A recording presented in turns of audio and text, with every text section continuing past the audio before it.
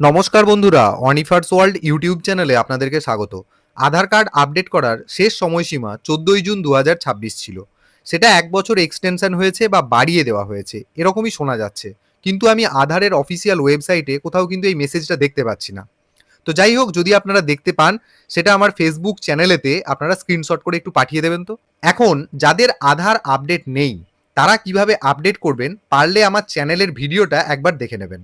আর আজ এই ভিডিওতে বলবো কারা এই ডকুমেন্ট আপডেট করবেন। মানে অনেকেই বুঝতে পারছেন না যে তাদের ডকুমেন্ট আপডেট করতে হবে কিনা।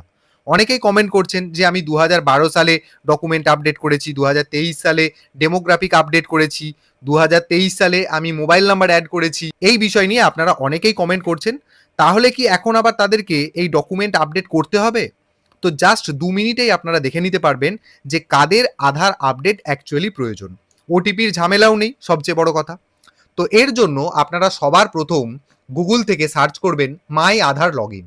সার্চ করার পর এরকম একটা ইন্টারফেস আপনাদের সামনে চলে আসবে। এই জায়গা থেকে ইন্ডিভিজুয়ালি আপনি লগ ইন করে আধারের সমস্ত কাজ এখান থেকে করতে পারবেন। এই লগ ইন পেজে এসে পেজটা নিচের দিকে চলে আসবেন। একদম নিচের দিকে বাম দিকের কর্নারেতে দেখতে পাবেন চেক আধার ভ্যালিডিটি, এই অপশানটাতে ক্লিক করবেন।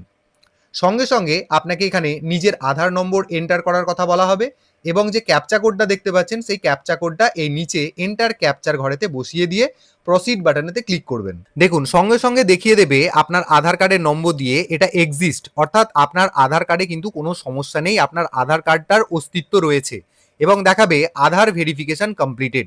নিচে দেখতে পাবেন আপনার বয়স, আপনার জেন্ডার, আপনি কোন স্টেটের বাসিন্দা এবং দেখতে পাবেন আপনার আধারের সাথে সংযুক্ত মোবাইলের শেষ 4টি সংখ্যা। এরপর এই নিচে এখানটাতে দেখুন কি লেখা রয়েছে। বলা হচ্ছে this Aadhaar number requires document proof of identity POI document and proof of address POA update. Please upload the documents through আধারের এই পোর্টালটা দিয়ে দেওয়া হয়েছে অর ভিজিট নিয়ার বাই আধার সেবা কেন্দ্র। অর্থাৎ এই ব্যক্তির ক্ষেত্রে এখানে ওনাকে পরিষ্কার বলা হচ্ছে যে ওনার ডকুমেন্ট আপডেটের প্রয়োজন আছে। সেক্ষেত্রে ওনাকে আইডেন্টিটি প্রুফ হিসেবে ডকুমেন্ট আপলোড করতে হবে এবং অ্যাড্রেস প্রুফ আকারে আরও একটি ডকুমেন্ট আপলোড করতে হবে এবং সেটা উনি বাড়িতে বসেই এই যে পোর্টালটা দেখতে পাচ্ছেন এই পোর্টালের মাধ্যমেই করতে পারবেন।